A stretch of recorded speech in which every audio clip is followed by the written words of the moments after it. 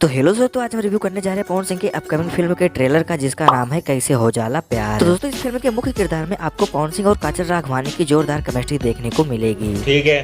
तो दोस्तों, अगर हम इस ट्रेलर की बात करें तो ट्रेलर की शुरुआत होती है पवन सिंह के जबरदस्त डायलॉग से, जो एक खतरनाक डायलॉग मारते हुए फाइटिंग रिंग में एंट्री करते हैं।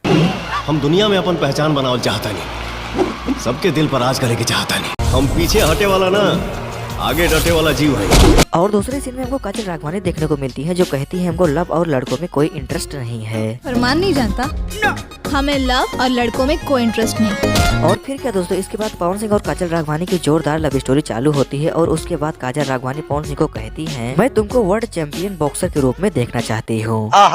बहुत चंगा नाम है। बल्कि वर्ल्ड चैंपियन बॉक्सर के रूप में देखना चाहता नहीं। और फिर क्या दोस्तों, अगर किसी फिल्म में विलन नहीं तो उस फिल्म में कोई मजा नहीं। ये बड़ी अच्छी बात कही आप।